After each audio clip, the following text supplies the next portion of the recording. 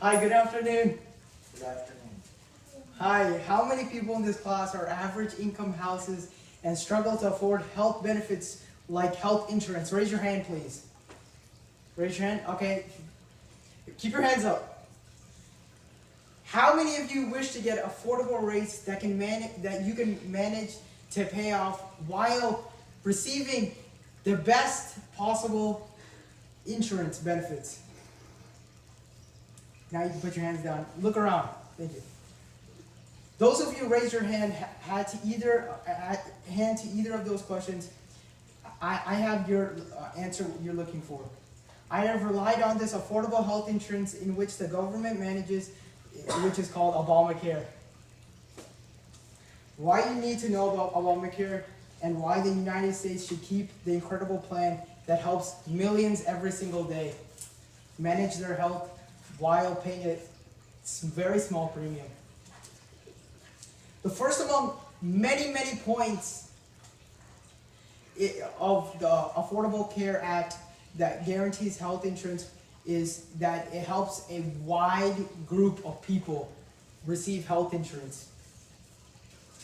So, as stated in the Forbes article, why you should oppose repeal of the Affordable Care Act, Ms. Judy states, the Affordable Care Act makes prescription drugs much cheaper.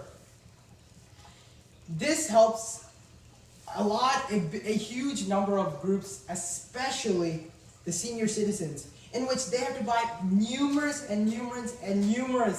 amounts of drugs. But because of the Affordable Care Act, it guarantees them very low prices. And the number of drugs the Affordable Care Act covers is growing numerically every single year.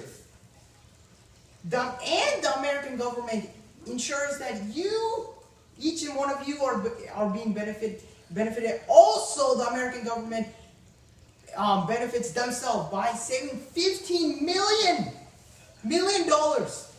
through cheaper drugs. And many more Americans are equipped with affordable health insurance now because of the American Affordable Care Act.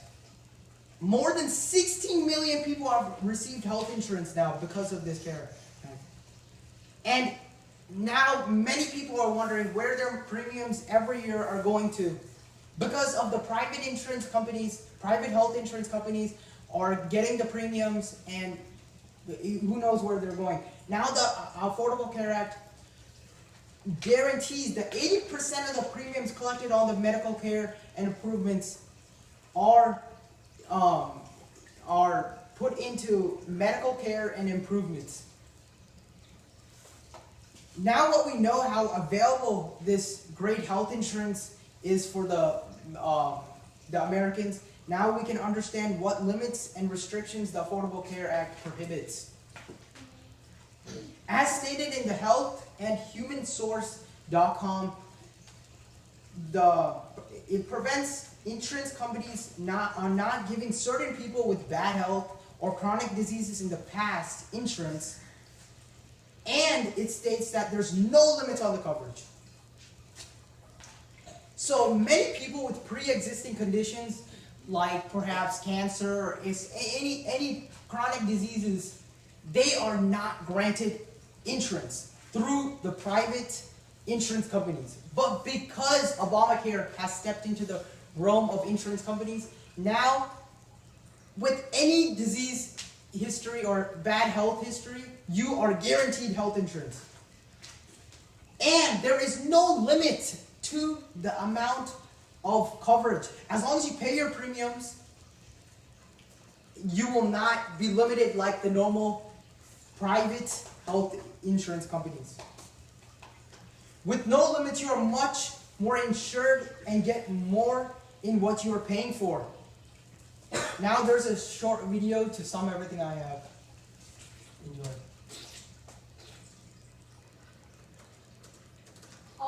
So tonight, let's look at Obamacare. What?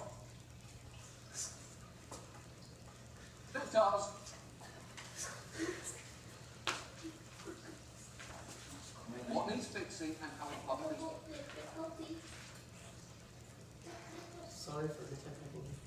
plan to replace it. And before we start, it's worth remembering just how bad things were before it was passed. Nearly 49 million Americans have no coverage, and if you were buying for yourself, insurers could deny anyone they consider too risky. Some denied entire professions like air traffic controllers, taxi cab drivers, and scuba divers. And this baby was denied coverage at just 4 months old for an unexpected pre-existing condition. His parents decided to apply for individual health coverage for Alex, but they were turned down, not because of his age, but because he was too fat. Am I supposed to put my child on a diet? Put him on a treadmill? Of course not. He's an infant. Look, yes, I understand that you're upset, but think about it. He's never going to move away with that attitude. Yeah, but it's you. The point here is, Obamacare was an attempt to solve those problems. It made it illegal to deny people coverage. It let people stay on their health plans until age 26. It made preventive screenings everyone and created marketplaces where people could show insurance with potential subsidies. And between all that and Medicaid expansion, more than 20 million people gained coverage, putting our uninsured rate at a historic low. And yet, See, this great video demonstrates that many are becoming covered, and the points I listed before. Now stated in the New York Times article, Health and Reform by Jennifer, Miss Jennifer. It states that the Obamacare gives people more, it prevents any diseases in developing because there's more coverage in screening, in more screening and appointments.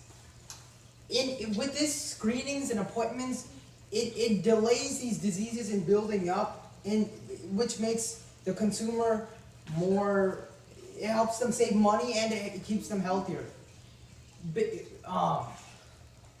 With these screenings and stuff, for example, you go to these screenings for diabetes and you go take these appointments to check regularly if you're being diagnosed with diabetes. This can prevent emergency room visits in the future for the disease of diabetes. Now, and also another thing the New York Times article states is, the Health and Reform article states, is that with the Affordable Care Act puts down the co-pays and it lowers it, and it makes it fully deductible, and it makes the consumer more motivated to go for those regular appointments, and it cuts the cost sometimes within half, or most of the time the majority of the cost. Now I will just wrap up all the ideas of how the Affordable Care Act provides Obamacare, which is probably the best insurance for the average consumer. So the first, we can start off with: insurance companies can no longer deny anyone coverage for any pre-existing conditions, like I stated before. The Affordable Care Act lowers the budget deficit. It helps you, and it lowers the budget deficit by $143 billion by 2022. And does this in 3 ways.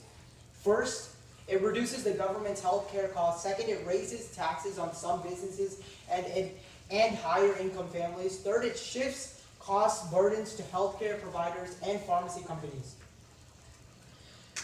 And the third reason, the businesses with more than 50 employees must offer health insurance. They receive tax credits with the costs. The fourth reason, children can stay on their parents' health insurance plans up to age 26. And the fifth reason, states must set up insurance exchanges or use federal government's exchange, both ways, to make it easier to shop for insurance plans. Sixth, the middle class receive tax credits on the insurance premiums. It expands Medicaid to 138 of the federal poverty level, providing this coverage to adults without children for the first time.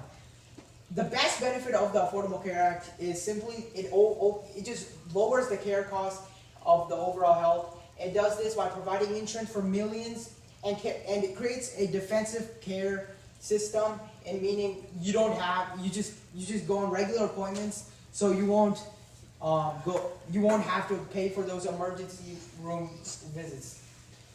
And also it requires all insurance plans to end it off. It requires all insurance plans to cover tenants and essential health benefits. These include treatment for mental illnesses, health, addiction, and chronic diseases. Without these services, many patients wind up in the emergency room where you spend the most money. For your information, private insurance companies limit the customers and how much they cover for the customer.